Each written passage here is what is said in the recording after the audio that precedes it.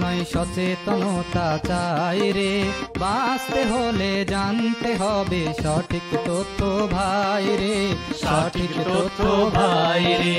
করোনাতে আতঙ্ক নয় সচেতনতা চাই রে, বাঁচতে হলে জানতে হবে সঠিক তথ্য ভাই রে, সঠিক তথ্য ভাই রে।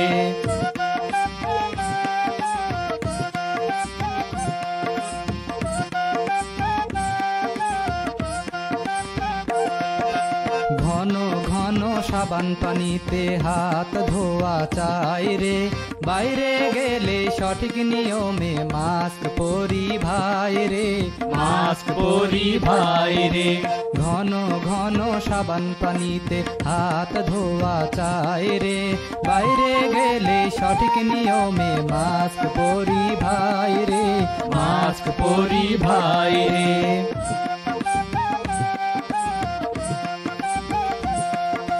করোনাতে আতঙ্ক নয় সচেতনতা চাই রে, বাঁচতে হলে জানতে হবে সঠিক তথ্য ভাই রে, সঠিক তথ্য ভাই রে।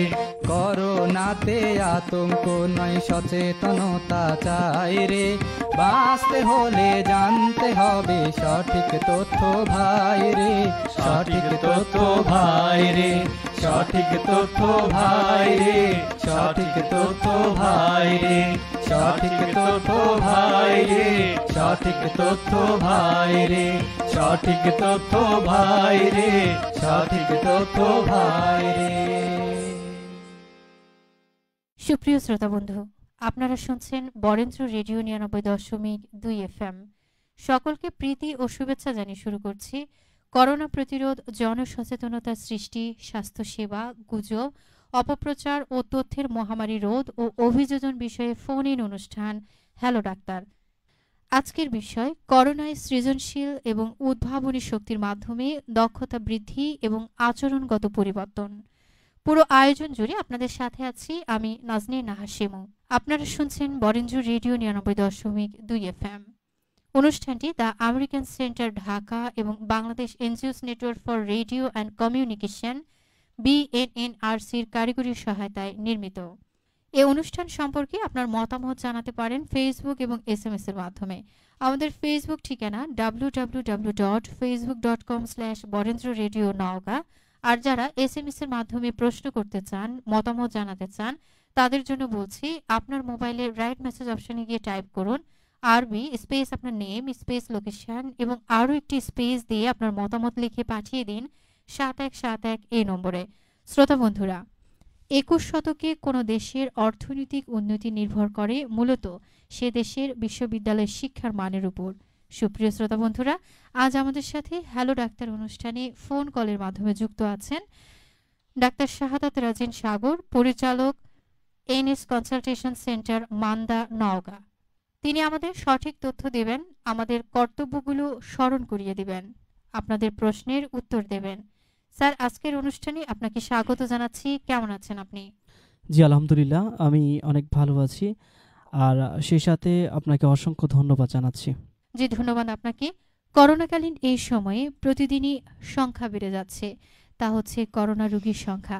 তবে সেই রোগীর সংখ্যা বৃদ্ধি পেলেও ধীরে ধীরে সুস্থ হচ্ছে অনেকেই, আর সেই সুস্থতার জায়গা থেকে আমরা প্রতিদিনই অনুপ্রাণিত হচ্ছি।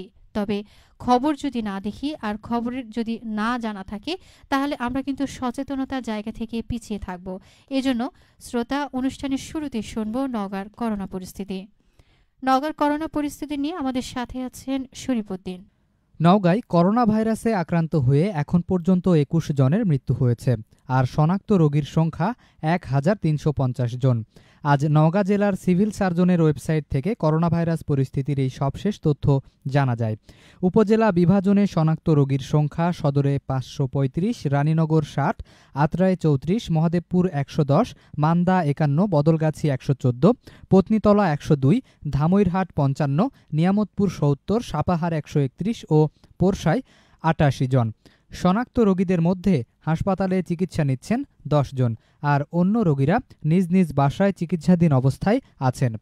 উপজেলা বিভাজনে মৃত রোগীর সংখ্যা: সদরে 7, মহাদেবপুর 3, ধামইরহাট 2, বদলগাছি 2 এবং আত্রাই, মান্দা, পত্নীতলা, ধামইরহাট, নিয়ামতপুর, সাপাহার এবং পোরশায় 1 জন করে। এদিকে এই পর্যন্ত নওগাঁয় চিকিৎসাধীন 1287 জন রোগী সুস্থ হয়ে উঠেছেন। উপজেলা ভিত্তিক সুস্থ রোগীর সংখ্যা সদরে 506, রানীনগর 58, আত্রাই 33, মহাদেবপুর 103, মান্দা 50, বদলগাছি 109, পত্নীতলা 101, ধামইরহাট 45, নিয়ামতপুর 69, সাপাহার 128 ও পোরশায় 85 জন। সিভিল সার্জনের তথ্যানুযায়ী নওগাঁয় ছাড়পত্রের পর হোম কোয়ারেন্টাইনরত ব্যক্তির সংখ্যা 201 জন, আর ছাড়পত্রের পর প্রাতিষ্ঠানিক কোয়ারেন্টাইনরত ব্যক্তির সংখ্যা 5 জন। এতক্ষণ শুনছিলাম স্থানীয় সংবাদ। প্রিয় শ্রোতা, করোনা বিষয়ক আপনার কোনো প্রশ্ন থাকলে সরাসরি আমাদের জানাতে পারেন। অনুষ্ঠানে প্রশ্ন করতে ডায়াল করুন 01-797-658191 এই নম্বরটি আমি আবারও বলছি 01-797-658191 এই নম্বরে। স্যার, শুরুতেই আজকের আলোচনা অনুষ্ঠানে আপনার কাছে যে বিষয়টি জানতে চাইব সেটি হচ্ছে করোনায় সৃজনশীল এবং নতুন উদ্ভাবনী শক্তির মাধ্যমে দক্ষতা বৃদ্ধি এবং আচরণগত পরিবর্তন বলতে আমরা কি জানি?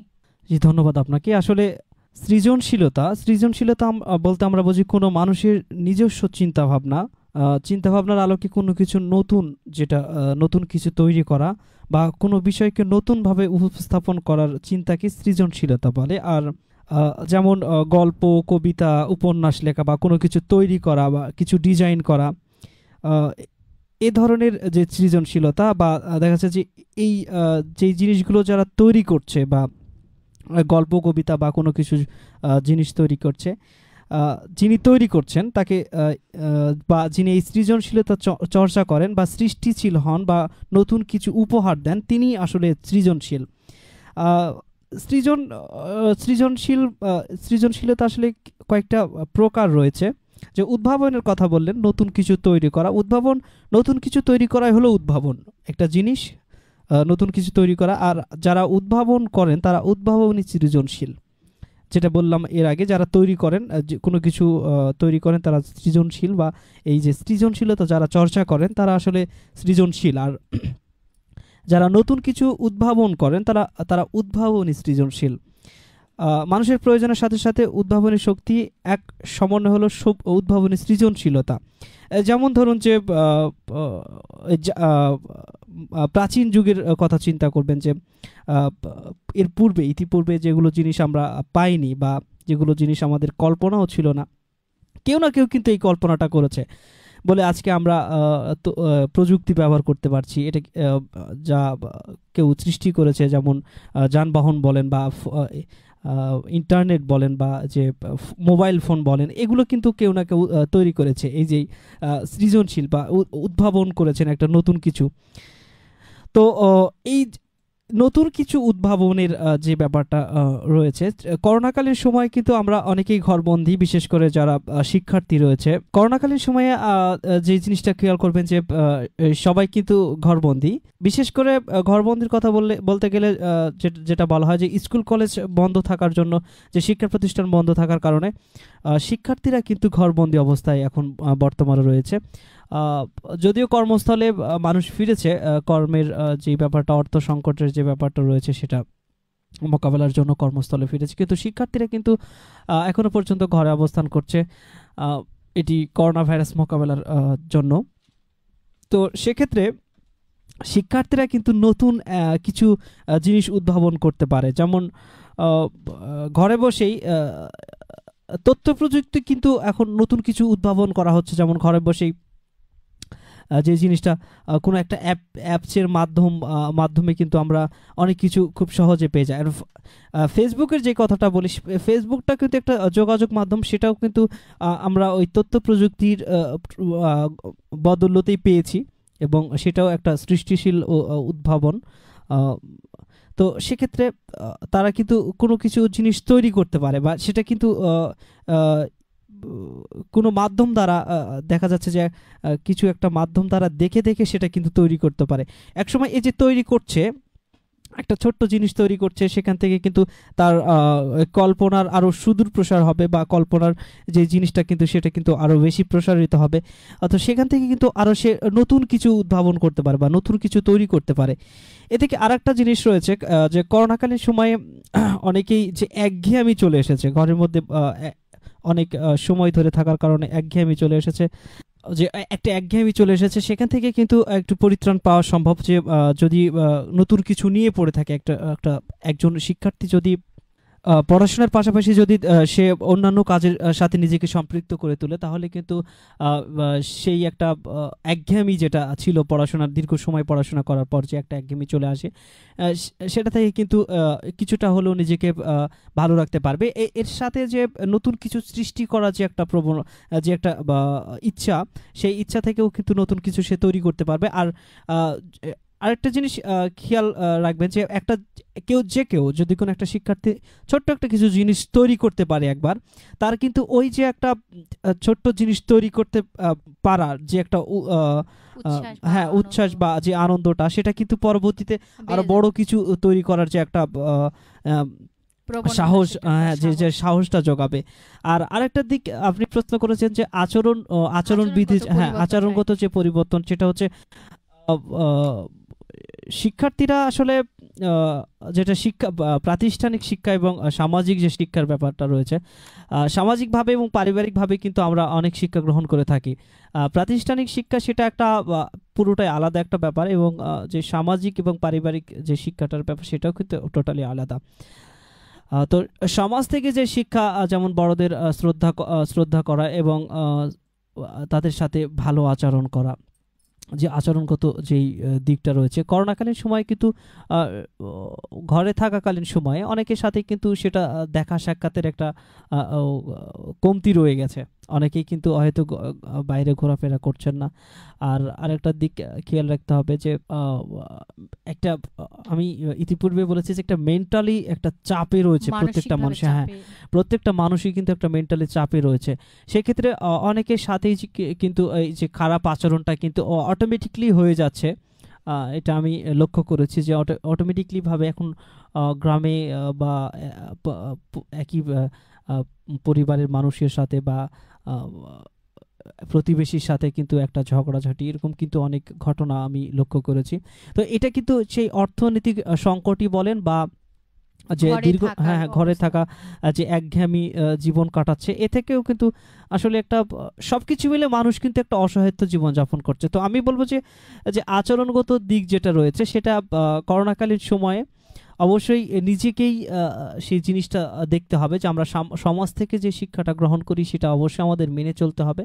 আমরা সামাজিক জীব, যে সমাজতন্ত্রটা রয়েছে সেটা অবশ্যই আমাদের মানতে হবে। আর সৃজনশীল যেই কথাটা বললেন, যে একটা নতুন কিছু তৈরি করার যে চেষ্টাটা, অবশ্যই একজন শিক্ষার্থী এবং শিক্ষার্থী শুধু নয়, একজন সাধারণ মানুষের প্রয়োজন, যে করোনাকালীন সময়ে ঘরে থাকাকালীন সময়ে যেটা, সেটা অহেতুক অন্য কিছু না করে আমরা নিজের যেই প্রয়োজনে বা যে কোনো প্রয়োজনে হোক, আমাদের বই পড়া থেকে শুরু করে বা নতুন কিছু তৈরি করার একটা যে একটা ইচ্ছে বা যে একটা উচ্ছ্বাস, সেটা আমাদের অন্তরে আনতে হবে বা মনের মধ্যে চেষ্টা আনতে হবে, এবং সেই অনুসারে কাজ করতে হবে।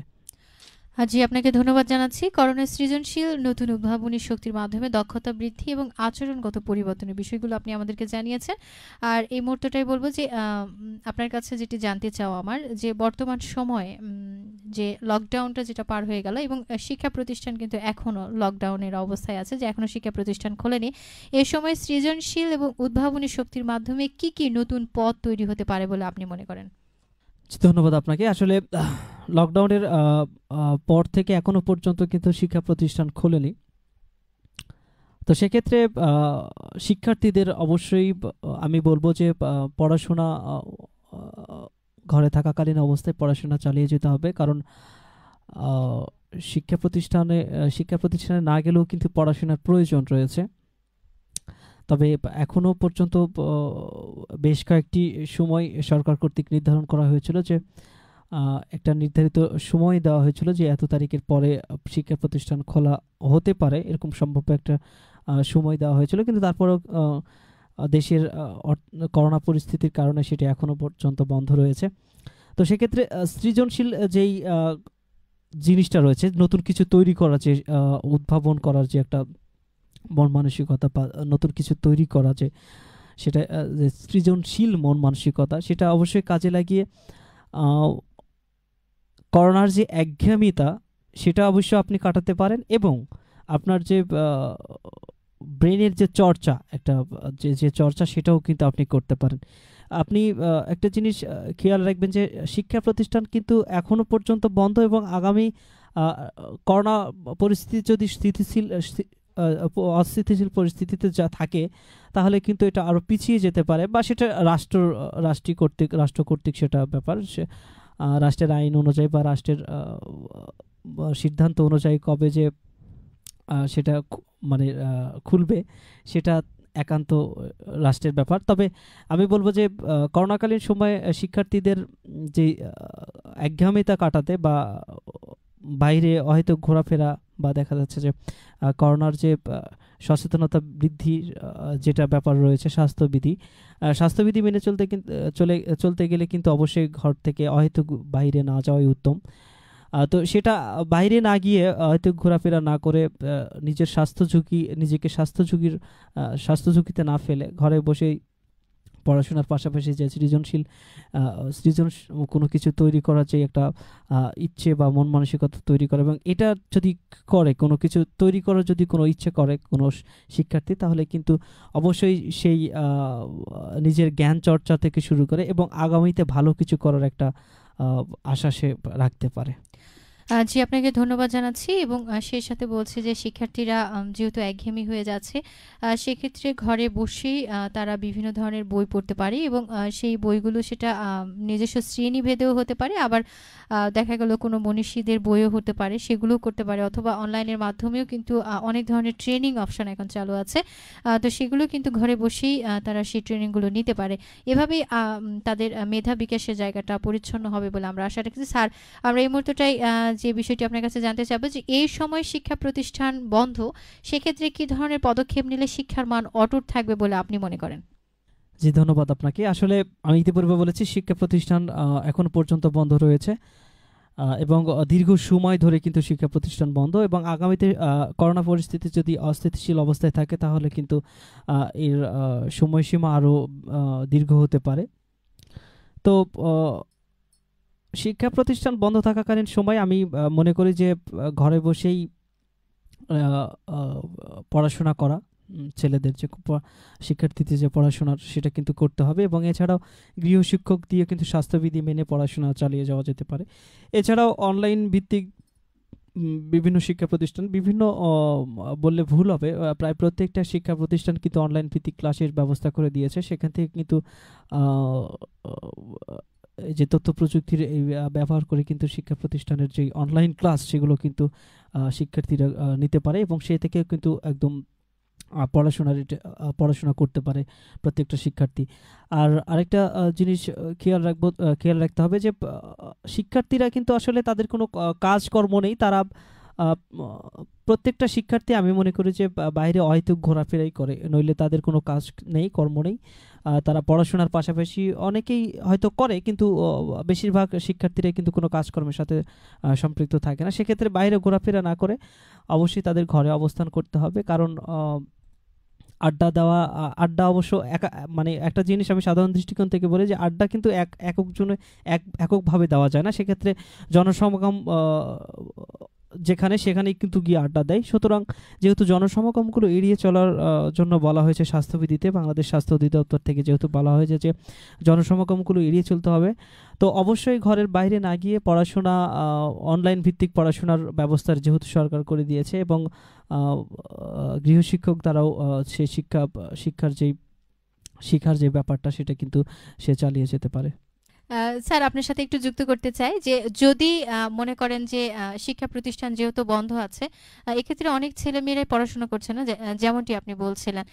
তো সেক্ষেত্রে এই যে পড়াশোনা করছেন একটা দীর্ঘ সময়, প্রায় অনেকটা সময় কিন্তু পার করেছে ছেলেমেয়েরা, বই থেকে বিমুখ হয়েছে, এতে খারাপ কি প্রভাব পড়তে পারে বলে আপনি মনে করেন? জি, ধন্যবাদ আপনাকে। আসলে করোনাকালীন সময়ে যে পড়াশোনার যে অনেকটা ঘাটতি রয়েছে, বা যেটা আপনি বললেন যে এই বই থেকে যে বিমুখ হয়েছে, সেখানে কি রকম অসুবিধা হতে পারে বা প্রভাব ফেলতে পারে। তো একটা জিনিস খেয়াল করবেন যে শিক্ষা প্রতিষ্ঠান বন্ধ থাকার জন্য কিন্তু অনেক ছেলে মেয়ে কিন্তু হয়তো ঘোরাফেরা করে, পড়াশোনার কিন্তু অনেকটা ঘাটতি রয়ে গেছে। কিছু কিছু পরিবার যারা সচেতন পরিবার, তারা কিন্তু গৃহশিক্ষক বা অনলাইন ভিত্তিক হোক আর যেভাবে হোক, হ্যাঁ হ্যাঁ, নিজেরাও পড়াশোনা করাচ্ছে। কিন্তু অনেক পরিবার রয়েছে যে দীর্ঘ সময় শিক্ষা প্রতিষ্ঠান বন্ধ থাকার কারণে কিন্তু তারা বিভিন্ন কাজকর্মের সাথে জড়িয়ে যাচ্ছে। বা আরেকটা জিনিস খেয়াল করবেন যে অনেকগুলো বিয়ে হয়ে গেছে, কিন্তু অনেক মেয়েদের কিন্তু অল্প বয়সে বিয়ে হয়ে যাচ্ছে। মানে লকডাউন, হ্যাঁ, পড়াশোনা শিক্ষা প্রতিষ্ঠান বন্ধ রয়েছে এবং অনির্দিষ্টকালের জন্য কিন্তু বন্ধ। এখন যদিও অনির্দিষ্টকালের জন্য বললে ভুল হবে, কারণ সরকার কর্তৃক একটা সময়, নির্ধারিত সময় দেওয়া হচ্ছে, কিন্তু আমি এর আগেও বললাম যে অস্থিতিশীল পরিস্থিতি থাকার কারণে সেটা কিন্তু এখনো খোলা সম্ভব হচ্ছে না। তবে করোনার এই পরিস্থিতিটা একটু যদি স্থিতিশীল পরিস্থিতিতে আসে, তাহলে অবশ্যই শিক্ষা প্রতিষ্ঠান খোলা হবে। তবে শিক্ষা প্রতিষ্ঠান বন্ধ থাকার কারণে বিভিন্ন রকমের যে সমস্যাগুলো হচ্ছে, তার মধ্যে কিন্তু বাল্যবিবাহ বা যে পড়াশোনা না করার কারণে তাদের কিন্তু একটা জিনিস, চর্চার উপরে কিন্তু অনেক কিছু নির্ভর করে। আমি পড়াশোনা থেকে যদি চলে আসি, পড়াশোনা থেকে কিছু সময় যদি দূরে থাকে, হ্যাঁ, তাহলে কিন্তু পড়াশোনার যে ক্ষতিটা হবে, মানে আজকে যে কাজটা করব, যে কাজটা আমার আজকে করা দরকার, সে কাজটা যদি আমি আজ থেকে 10 দিন পরে করি, তাহলে কিন্তু আমি 10টা দিন পিছিয়ে পড়লাম। তো সেই দিকে কিন্তু লক্ষ্য রাখতে হবে অবশ্যই যে শিক্ষা প্রতিষ্ঠান বন্ধ থাকাকালীন সময় অনেকেই কিন্তু পড়াশোনা করছে না, পড়াশোনার যে ইয়েটা সেটা কিন্তু করছে না। তবে আমি সকল শিক্ষার্থীদের আমি সেই কথাই বলবো যে শিক্ষা প্রতিষ্ঠান বন্ধ থাকাকালীন সময় কিন্তু অনলাইন ভিত্তিক ক্লাস হচ্ছে।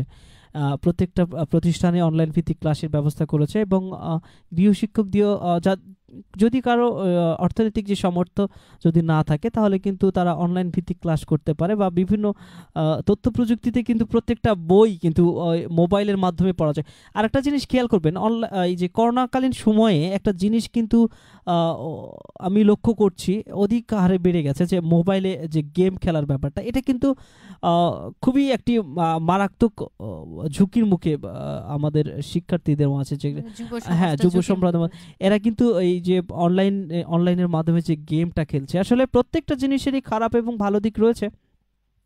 তবে আমরা ভালো দিকগুলো গ্রহণ করব এবং খারাপ দিকগুলো বর্জন করব, এটাই স্বাভাবিক। কিন্তু আরেকটা জিনিস কিন্তু এখানে রয়ে যায়, যে খারাপ দিকগুলো কিন্তু মানুষকে খুব জোরে আকৃষ্ট করে, খুব দ্রুত আকৃষ্ট করতে পারে খারাপ দিকগুলো।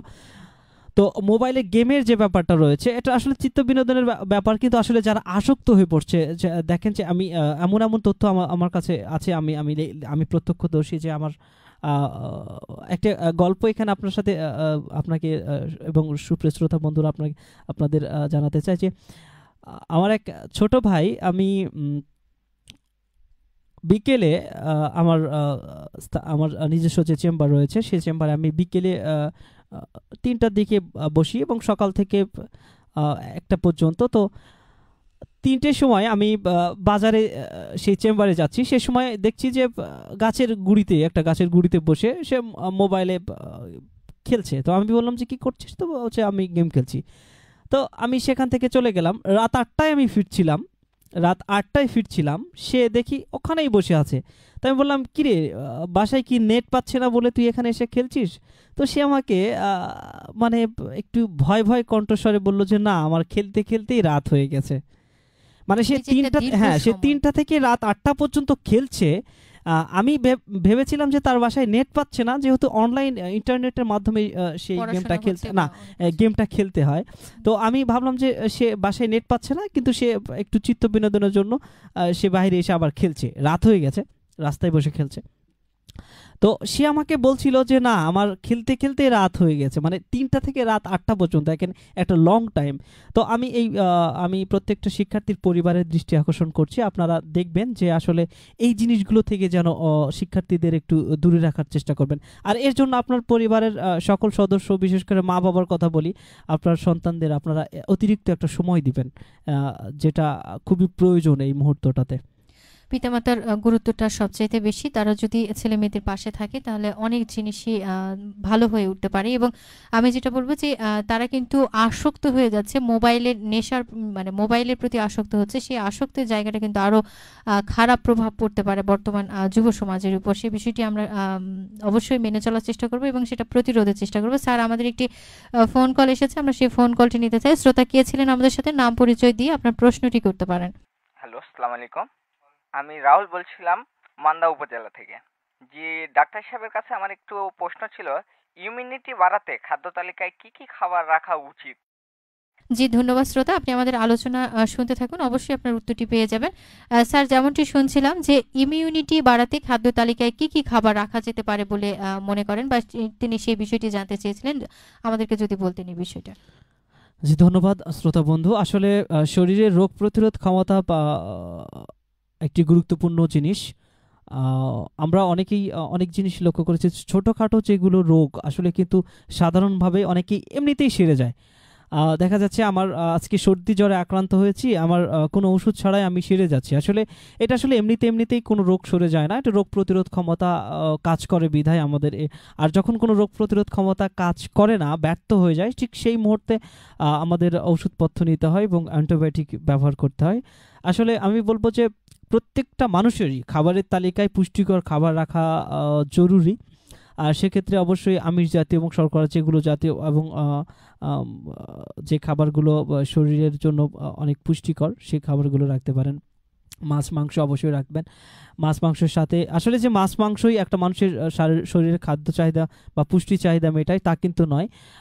এমনও দেখা যাচ্ছে যে মাছ মাংসের চাইতে সাধারণ যেগুলো খাবার, শাকসবজি যেগুলো খাবারগুলো রয়েছে সেগুলোতে কিন্তু মানুষের পুষ্টি চাহিদা অনেকাংশে মিটে যায়।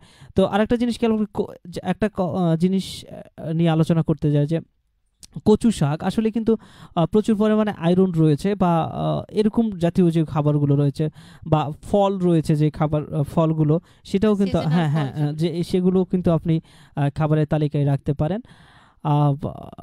এই ছিল সুপ্রিয় শ্রোতা আপনার প্রশ্নের জবাবে। আর একটু যোগ করতে চাই, সেটা হচ্ছে সুস্থতা এবং সুস্থ এবং স্বাস্থ্য দুটো কিন্তু এক নয়। অনেকেই সুস্থ রয়েছেন কিন্তু তার স্বাস্থ্য নেই, এবং অনেকের স্বাস্থ্য রয়েছে কিন্তু তার সুস্থ নেই। তো স্বাস্থ্য এবং সুস্থ এটা কিন্তু দুই জিনিস। সুতরাং আপনার সুস্থ থাকতে হলে অবশ্যই স্বাস্থ্যের দিক বিবেচনা নয়, আপনি সুস্থ থাকতে আপনি পুষ্টিকর খাবারগুলো খাবেন। আর যেই খাবারগুলো আপনি খাবার তালিকায় রাখবেন সেগুলো যেন পুষ্টিকর খাবার হয়।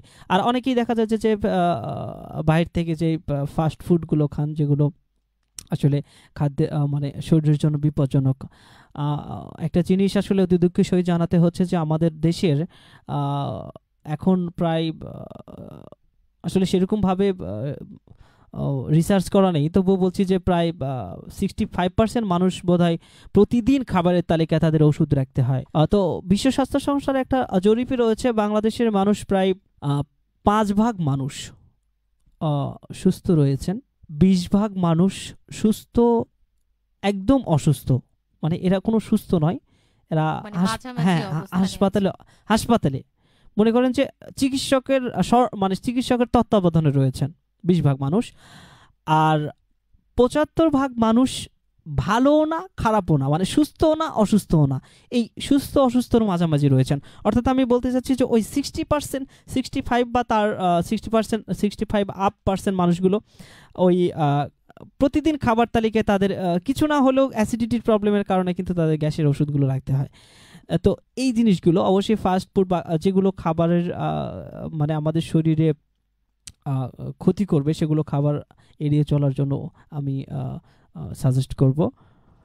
জি, আপনাকে ধন্যবাদ। আর সুপ্রিয় শ্রোতা বন্ধু, আপনি অবশ্যই উত্তরটি পেয়ে গেছেন আমাদের যিনি আজকে আলোচনায় উপস্থিত ছিলেন, এবং আলোচনার মধ্য দিয়ে কিন্তু আপনার প্রশ্নের সমাধানটি টেনে দিয়েছেন।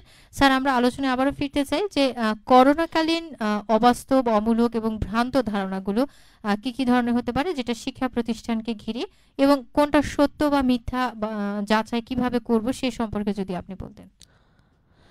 জি, ধন্যবাদ আপনাকে। আসলে করোনাকালীন সময়ে নয়, ইতিপূর্বে এবং এর প্রবণতা আরও বেশি ছিল, গুজবের যে প্রবণতা, আসলে এই গুজবটা কিন্তু আমরা আসলে দুঃখের সহিত জানাতে হচ্ছে যে আমাদের বাংলাদেশে এই গুজবের প্রবণতা অনেক বেশি। তবে আরেকটা জিনিস এখন বর্তমানে সেটা আরো বেড়ে গিয়েছে, সেটা হচ্ছে যোগাযোগ মাধ্যমের যত উন্নয়ন হচ্ছে এই গুজবের প্রবণতা কিন্তু তত বেশি হচ্ছে। আমি একটা জিনিস খেয়াল করছি যে এর আগে আমি মানে এগুলো শুনলে আসলে হাসি পায় এবং রাগও ধরে, মানে ভীষণ রাগ লাগে আসলে। যে কিছুদিন আগে একটা মানে গুজব শুনলাম যে ফোন করে বলছে আমাদের গ্রামের একটা মহিলাকে নাকি বলছে যে একটা বাচ্চা জন্মের পরে তখনই জন্মের পরেই মানে হাসপাতালে মারা গেছে। তো বাচ্চা নাকি জন্মের পরে বলে গিয়েছে যে যাদের একটা ছেলে তাদের যে নারকেল গাছে পানি দিতে হবে। তো আমি বললাম যে বাচ্চা জন্মের পরে কথা কেন বললো? তো বলছে না ওটা বলেনি, ওই বাচ্চা জন্মের পরেই মারা যাওয়ার আগে কথাটা বলেছে। তো আমাদের গ্রামের যারা কিরকম ভাবে দিতে হবে, তো 1 বালতি পানি দিতে হবে, মানে যাদের একটা ছেলে তাদের 1 বালতি পানি দিতে হবে, যাদের দুইটা তাদের 2 বালতি পানি দিতে হবে। তো আমি বললাম যে কোথায়, আমাকে একটু ঠিকানা দেন তো, বাচ্চাটা কোথায়। তো একজনে বলছে যে আমি জানি না, ওই মানুষ জানে। তো আমি একটু মানে আমার একটু কৌতূহল জাগলো, দেখি তো আমি এটা আসলে আমার আসলে শুধুমাত্র আমার নয়, চিকিৎসা বিজ্ঞান কখনো তাবিজ কবর এসব আসলে ঝাড়ফুঁক এসব বিশ্বাস করে না। তো আমার আসলে ব্যক্তিগতভাবে আসলে খুব খারাপ লাগছিল। তো আমি একটু সন্ধান নেওয়ার চেষ্টা করলাম যে আসলে ঘটনাটা কোথায়। তো যে বলল যে আমি জানি না, আমার এখান থেকে আমি তথ্যটা পেয়েছি। তো সেখানে গেলাম, সেখানে বলল যে এখান থেকে তথ্য পেয়েছি। এরকম করতে করতে করতে করতে একটু 5-6 জনের কাছে যখন গেলাম, তখন সর্বশেষ তথ্য পেলাম দিনাজপুরে নাকি ঘটনা ঘটেছে। তো মানে সর্বপ্রথম যেই মহিলাটি জানিয়েছিল সেই মহিলাটার কথা ছিল যে নওগাঁ কোনো একটা হাসপাতালে এই ঘটনা ঘটেছিল।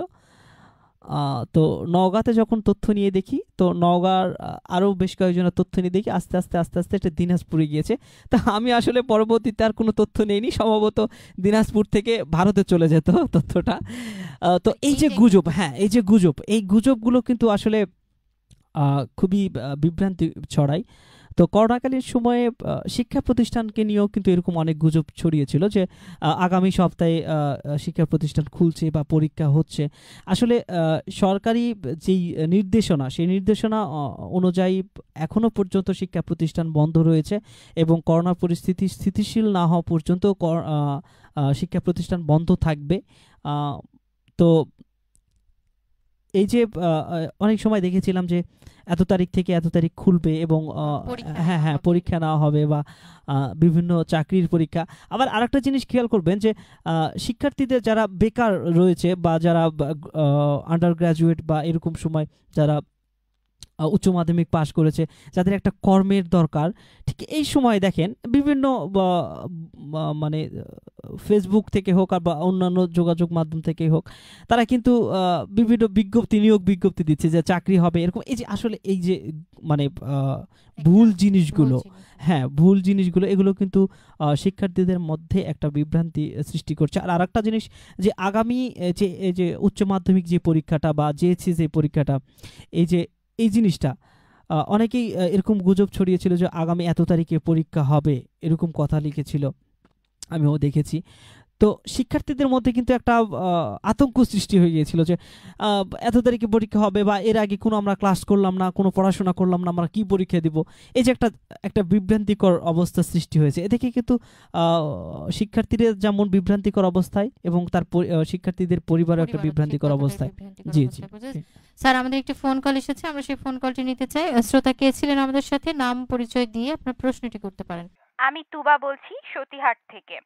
আমার প্রশ্নটা ছিল, যদি কারো করোনা উপসর্গ দেখা দেয় তবে প্রথমে কোথায় যোগাযোগ করতে হবে? জি শ্রোতা, আপনাকে ধন্যবাদ জানাচ্ছি। আর স্যার, আপনি নিশ্চয়ই শুনেছেন শ্রোতার প্রশ্নটি যে করোনাকালীন সময়ে যে প্রশ্নটা করলো, তো সেই প্রশ্নের উত্তরে যদি আমাদেরকে জানাতেন। জি ধন্যবাদ শ্রোতা বন্ধু, আপনাকে আপনার প্রশ্নের উত্তরে বলছি যে যদি করোনা ভাইরাসের কোনো লক্ষণ আপনার শরীরে দেখা দেয়, তাহলে আপনার অতি সত্বর আপনি যদি ঘরে অবস্থাকালীন সময়ে আপনার স্থানীয় উপজেলা স্বাস্থ্য কমপ্লেক্সে আপনি যোগাযোগ করতে পারেন। আপনার শরীরে যদি করোনার কোনো উপসর্গ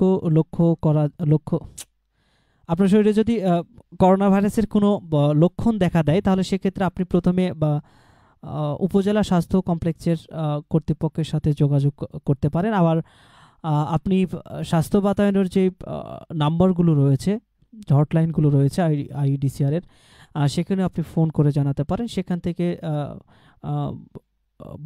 স্বাস্থ্য অধিদপ্তরে যারা রয়েছেন নমুনা পরীক্ষার জন্য, তারা এসে আপনার নমুনা সংগ্রহ করে পরীক্ষা করবেন। জি, আপনাকে ধন্যবাদ জানাচ্ছি। এবং শ্রোতা, আপনি আপনার প্রশ্নের উত্তরটি অবশ্যই জানতে পেরেছেন এবং সেই অনুসারে যদি এরকম কোনো সমস্যা তৈরি হয় তাহলে আপনি প্রথমেই স্বাস্থ্য অধিদপ্তরের সাথে যোগাযোগ করবেন অথবা উপজেলা স্বাস্থ্য কমপ্লেক্সে যোগাযোগ করার চেষ্টা করবেন। স্যার সহ আমরা শ্রোতা বন্ধুরা এখন একটি পিএসএ শুনবো। আমরা চলে যাচ্ছি পিএসএতে। ঘর বাড়ির বাড়তি যত্ন নিন, পরিষ্কার রাখুন।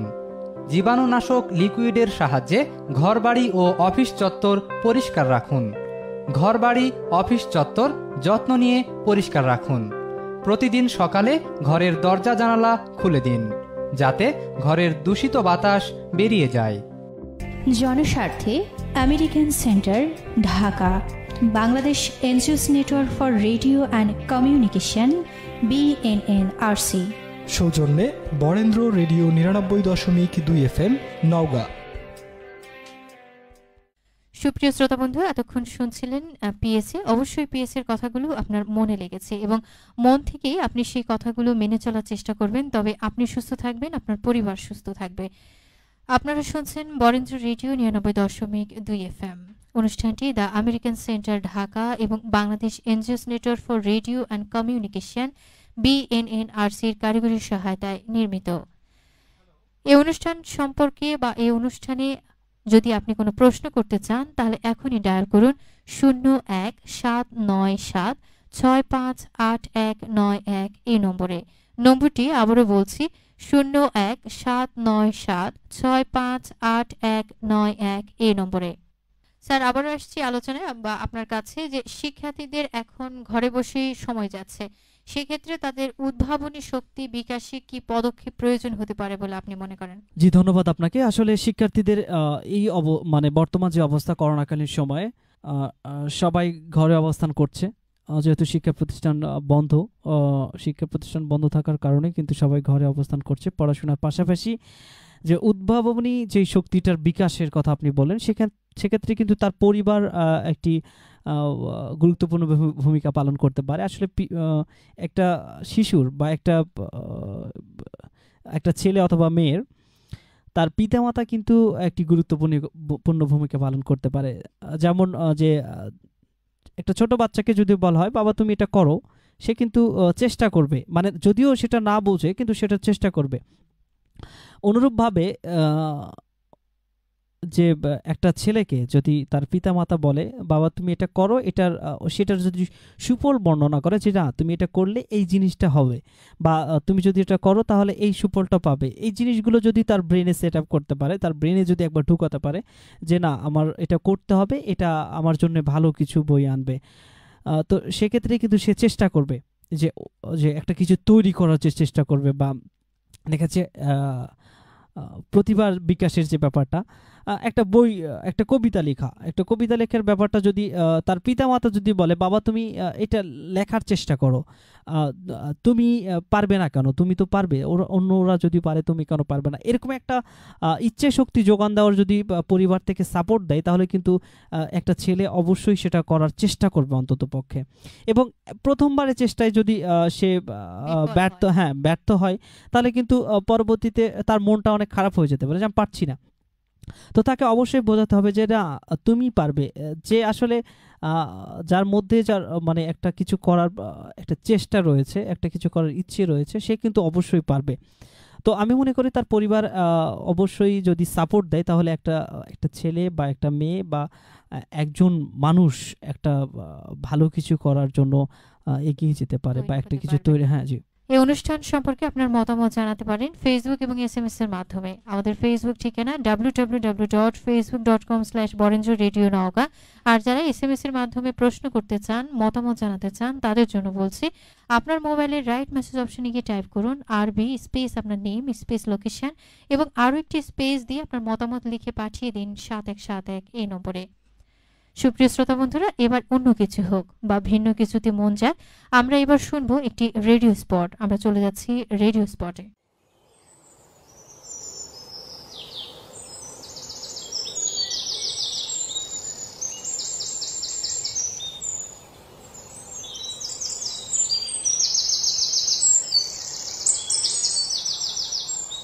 ও সাইলা, ও সাইলার মাও, শুনিসিন? কি হসে? আর এঙ্কা করে হাঁপাসিন কেন? কি হয়নি সেটা কও। আমাকে রে বাড়ির 2 বাড়ি পর নাজমার পেটত ব্যথা উঠিছে, কিন্তু ডাক্তার পাছে না, আবার যাওয়ার জন্য কিছু নাই, কাকো পাছেও না। ঢাকা থিনে আসে তাই ভয় করছে সবাই।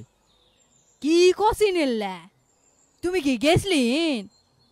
না না, আমি যামু কেন? বড় কথা হলো সোলটা হসে কিন্তু বাঁচবে না বুঝি। তাই নাকি? তো কি এক ভাইরাস আসলো? ও বেবি শুনিসিন? নাজমার শরীরটা নাকি মারা গেছে। কি কসিনেলা? কি আর হবে, ঠিকঠাক খাওয়া, ডাক্তারি নাই, ওষুধ, টিকা এগুলো সময় মতো পায়নি, আবার নাজমার করোনা হচ্ছে। হায় রে দুনিয়া, করোনায় নারী আজ কতটা অসহায়। স্বাস্থ্য ভালো না থাকলে এঙ্কাই হয়।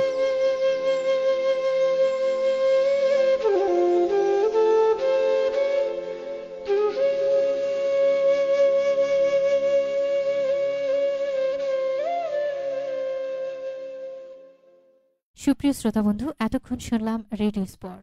আপনারা শুনছেন বরেন্দ্র রেডিও 99.2 FM।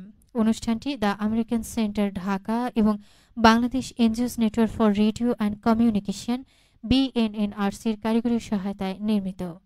এই অনুষ্ঠান সম্পর্কে আপনার মতামত জানাতে পারেন ফেসবুক এবং SMS এর মাধ্যমে।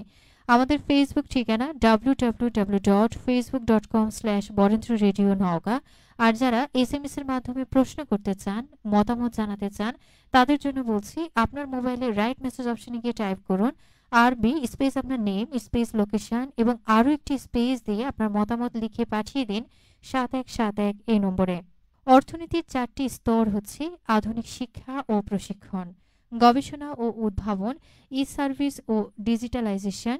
শিক্ষার সব স্তরে বিজ্ঞান, প্রযুক্তি ও ইংরেজি শিক্ষাকে অগ্রাধিকার দিতে হবে। সুপ্রিয় শ্রোতা বন্ধুরা, দেখতে দেখতে অনুষ্ঠানের একদম শেষ প্রান্তে চলে এসেছি। আমাদের সাথে আজকে আলোচনায় যুক্ত ছিলেন ডাক্তার শাহাদাত রাজিন সাগর, পরিচালক NS consultation centre, Manda, Naogaon. Sir, আপনার মূল্যবান সময় দেওয়ার জন্য ধন্যবাদ জানাচ্ছি আজকের আয়োজনে। জি, আপনাকে অসংখ্য ধন্যবাদ জানাচ্ছি। আর সেই সাথে বরেন্দ্র রেডিওকে আমি আন্তরিকভাবে ধন্যবাদ জানাচ্ছি করোনাকালীন সময়ে এমন একটি সুন্দর অনুষ্ঠান উপহার দেওয়ার জন্য। এ থেকে কিন্তু বিশেষ করে নওগাঁর যে জনগোষ্ঠী রয়েছে তারা কিন্তু অনেকটা সচেতন, নিজেদের প্রতি একটা সচেতনতা সৃষ্টি করতে পারবে। আর সেই সাথে আমি চাই যে নওগাঁর প্রত্যেকটা মানুষ, নওগাঁ পুরো জনগোষ্ঠী করোনা ভাইরাস থেকে মুক্ত থাকুক, ভালো থাকুক, সুস্থ থাকুক। স্যার, ধন্যবাদ আপনাকে। সকলে ভালো থাকবেন, সুস্থ থাকবেন, নিরাপদে থাকবেন। করোনা প্রতিরোধ বিষয়ক ম্যাগাজিন অনুষ্ঠান করোনাতে নাই ভয়, সচেতন হয়ে করব জয়। অনুষ্ঠানটি শুনতে কান পাতুন আগামী সোমবার বিকেল 5:01 শুধুমাত্র বরেন্দ্র রেডিও 99.2 FM এ। শ্রোতা বন্ধুরা, আমাদের সাথেই থাকুন। আবারও নতুন কোনো অতিথিকে নিয়ে হাজির হব আগামী হ্যালো ডাক্তার অনুষ্ঠানে। শোনার আমন্ত্রণ জানিয়ে বিদায় নিচ্ছি আমি নাজনীন নাহার শিমু। হ্যাঁ শ্রোতা বন্ধুরা, রেডিও বরেন্দ্র থেকে প্রতি সোমবার প্রচারিত হচ্ছে করোনা প্রতিরোধ বিষয়ক জনসচেতনতামূলক অনুষ্ঠান করোনাতে নাই ভয়, সচেতন হয়ে করব জয়। শুনতে ভুলবেন না। ভালো থাকার প্রত্যাশায় আল্লাহ হাফেজ।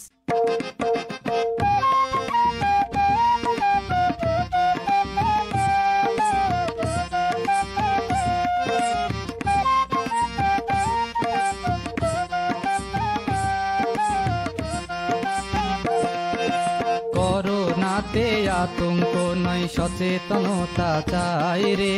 বাঁচতে হলে জানতে হবে সঠিক তথ্য ভাই রে, সঠিক তথ্য ভাই রে। করোনাতে আতঙ্ক নয়, সচেতনতা চাই রে। বাঁচতে হলে জানতে হবে সঠিক তথ্য ভাই রে, সঠিক তথ্য ভাই রে।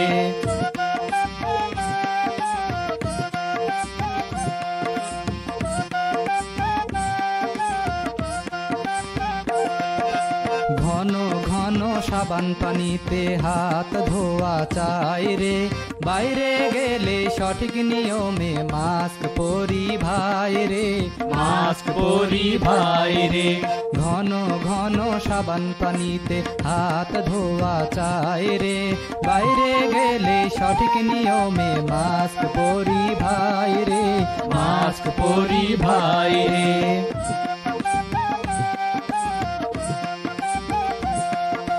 করোনাতে আতঙ্ক নয় সচেতনতা চাই রে, বাঁচতে হলে জানতে হবে সঠিক তথ্য ভাই রে, সঠিক তথ্য ভাই রে। করোনাতে আতঙ্ক নয় সচেতনতা চাই রে, বাঁচতে হলে জানতে হবে সঠিক তথ্য ভাই রে, সঠিক তথ্য ভাই রে, সঠিক তথ্য ভাই রে, সঠিক তথ্য ভাই রে, সঠিক তথ্য ভাই রে, সঠিক তথ্য ভাই রে, সঠিক তথ্য ভাই রে, সঠিক তথ্য ভাই রে।